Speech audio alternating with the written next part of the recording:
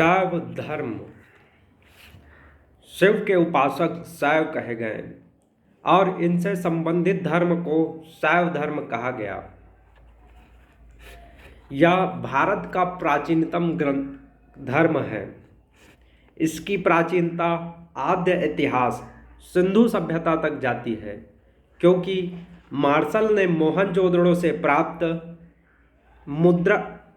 मुद्राओं पर अंकित मूर्ति को शिव का प्रारंभिक रूप सिद्ध किया है।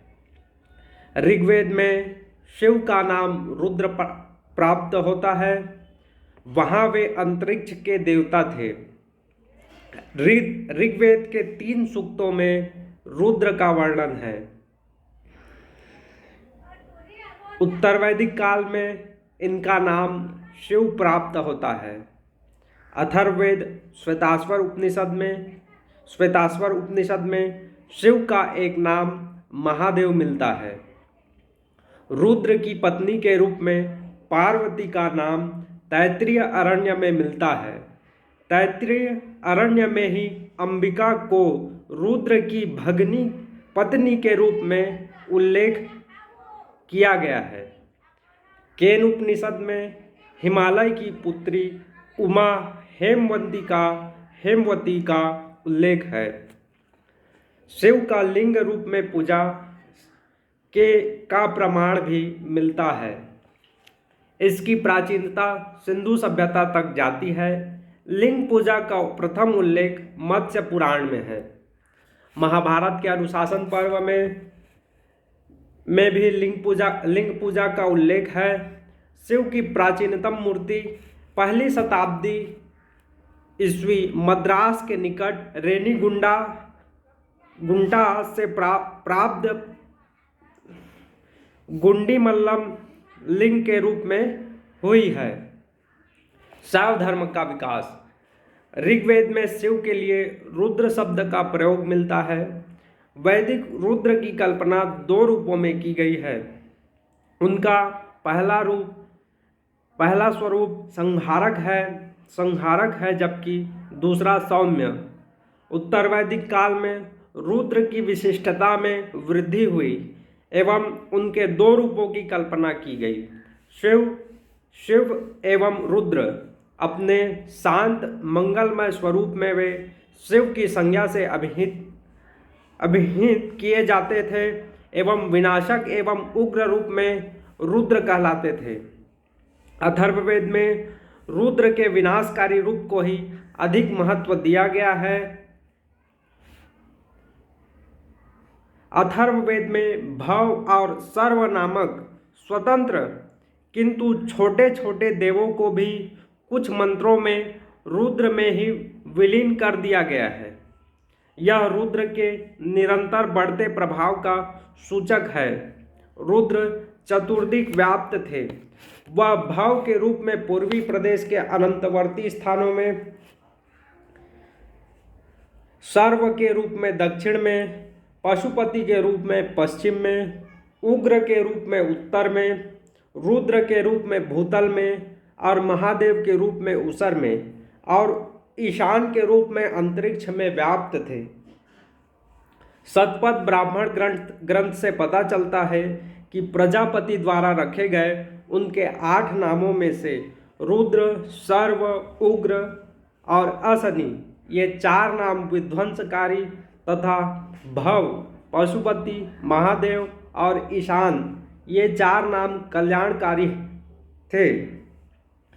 यजुर्वेद में रुद्र के भयंकर रूप पर और अधिक बल दिया गया है। अब उन्हें किवी विध्वंसक तथा दैवार्त उच्चंखिल आचरण की संज्ञा दी गई थी। शतरुद्री स्तोत्रों में शिव, शंकर, शिवतर आदि नामों का उल्लेख है। पर्वत पर शयन करने के कारण उन्हें गिरीश, गिरित्र, गिरिचर, गिरिशय आदि भी कहा गया। चर्म धारण करने के कारण उन्हें कृत्तिवासान की संज्ञा दी गई। सूत्र ग्रंथों में रुद्र की स्तुति में 12 नाम मिलते हैं। शतपथ ब्राह्मण के 8 नामों में से अशनि के अतिरिक्त शेष 7 हर, मृड, भीम, शिव, शंकर ये 5 नाम और मिलते हैं। इनके साथ इंद्राणी, रुद्राणी, शर्वाणी और भवानी नामक 4 नामों की कल्पना की गई है। रामायण में शिव से संबंधित अनेक कथाएं जैसे विषपान, गंगावतरण, मदन दहन, शिव पार्वती विवाह, स्कंद जन्म आदि प्राप्त होते हैं। रामायण में शिव को ह और वृषभ उपाधियों से विभूषित किया गया है।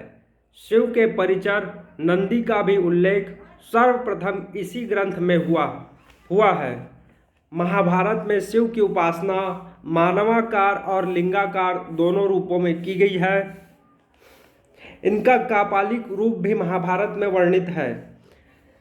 स्कंद जन्म, त्रिपुरादाह, सागर मंथन, दक्ष यज्ञ आदि गाथाओं का उल्लेख भी यह ग्रंथ करता है। पाणिनि के अष्टाध्यायी के बारे में कहा जाता है कि पाणिनि के 14 सूत्र महादेव के डमरू से उत्पन्न हुए थे।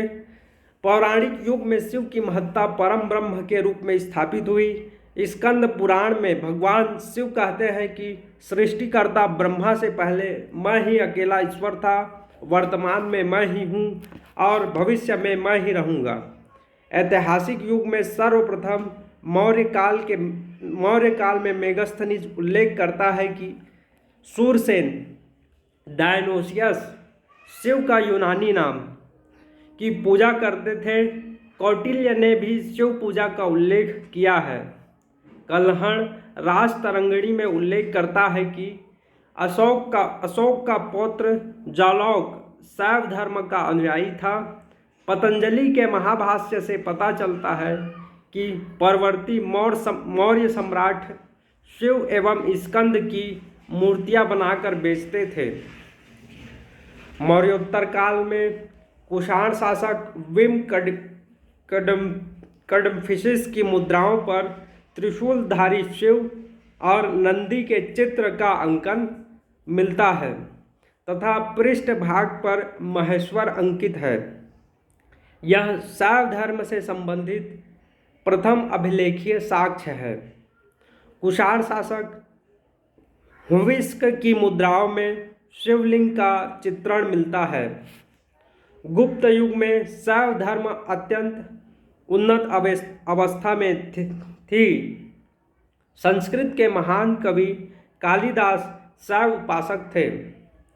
उन्होंने अपने प्रसिद्ध महाकाव्य रघुवंशन का प्रारंभ पार्वती परमेश्वरों की वंदना से किया है। कुमार संभव महाकाव्य में कुमार या स्कंद शिव पुत्र के जन्म का वर्णन है। इसी महाकाव्य में शिव और शक्ति के सम्मिलित स्वरूप अर्धनारीश्वर की कल्पना की गई है। इसी ग्रंथ में कालिदास ने 3 ज्योतिर्लिंगों का वर्णन किया है। खीरी लखीमपुरी के गोला गोकर्णनाथ, उज्जैन के महाकाल और काशी के विश्वनाथ। चंद्रगुप्त द्वितीय का मंत्री वीरसेन शैव धर्म का अनुयायी था। उसने उदयगिरि पर्वत पर शैव अनुयायियों के रहने के लिए गुफा का निर्माण करवाया। कुमारगुप्त के मंत्री पृथ्वीसेन के बारे में उल्लेख है कि उसने शैव धर्म के विकास के लिए काफ़ी धन दान में दिया। कुमारगुप्त के सिक्कों पर मयूर पर बैठे कार्तिकेय को दर्शाया गया है। नचना कुठार में पार्वती मंदिर तथा भुमरा में शिव मंदिर प्राप्त हुए हैं।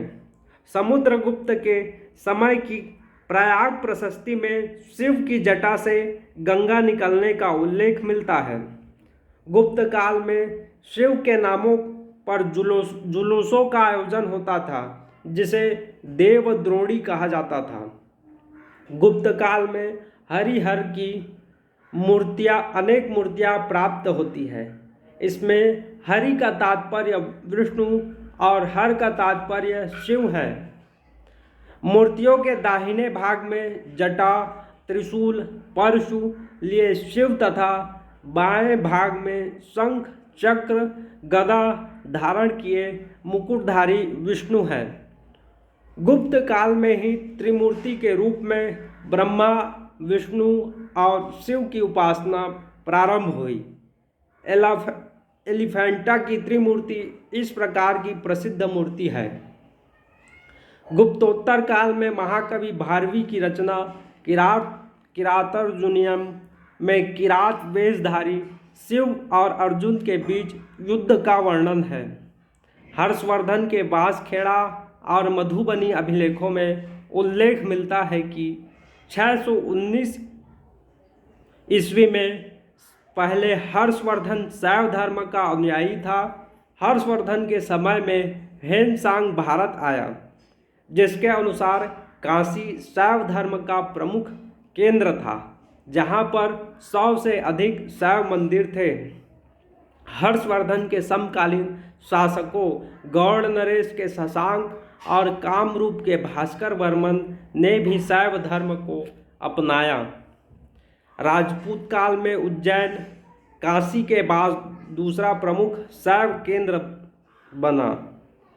परामर वंश का राजा भोज शैव धर्म का अनुयायी था, जिसके द्वारा रचित पुस्तक तत्व परीक्षा में शैव धर्म से संबंधित है।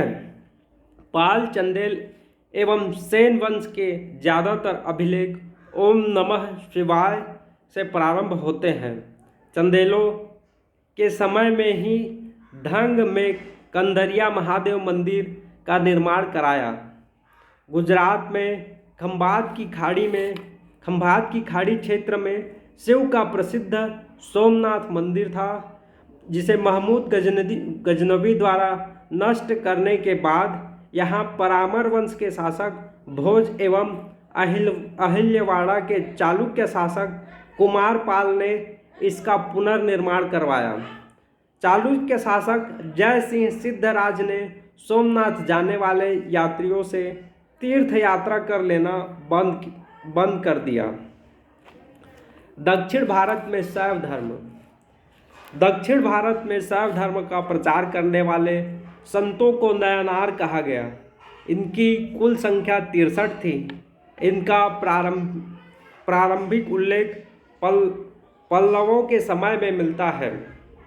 प्रमुख नयनार निम्नलिखित थे। सबंदर, यह सबसे महान नयनार था। इसने जैनियों को मदुरा में वाद विवाद में हराकर राजा समेत समस्त प्रजा को शैव धर्म से दीक्षित किया तथा 8000 जैनियों को सूली पर चढ़वा दिया।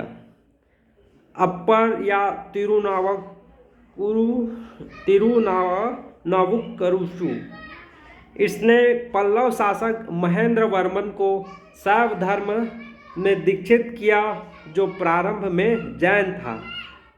अप्पर भी नयनार बनने से पहले जैन धर्म का उपासक था।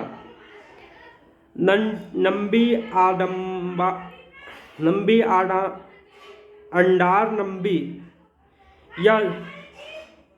यह चोल शासक राजाराज प्रथम के समय का था। इसने नयनारों की रचनाओं का तमिल भाषा में संग्रह किया। यह संग्रह तिरुमुंडई कहे जाते हैं। इनकी संख्या 11 है। सुंदर मूर्ति, इसे तंबी रानतोलन की उपाधि दी गई। मणिक्वाचार, इस नयनार ने चिदम्बरम में लंका के बौद्धों को वाद विवाद में पराजित किया। आदनूर या अक्का देवी, यह महिला नयनार थी। मुनियार, 7वां मुनियार, 8वां मयंकदार, इसने शैव सिद्धांत का निरूपण किया। नंदूर और सिंधुतोंडर,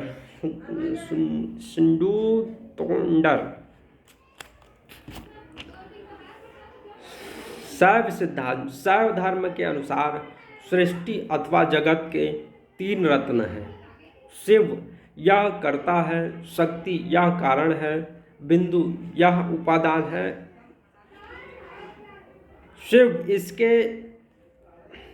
विद्या इसके द्वारा पति पशु तथा शिव मत के चार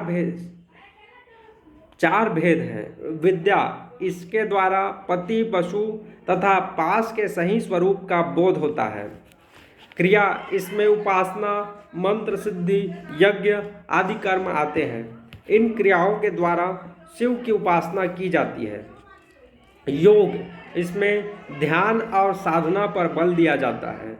चर्या इसमें यह प्रतिपादित की जाती है कि क्या विहित है और क्या अविहित है।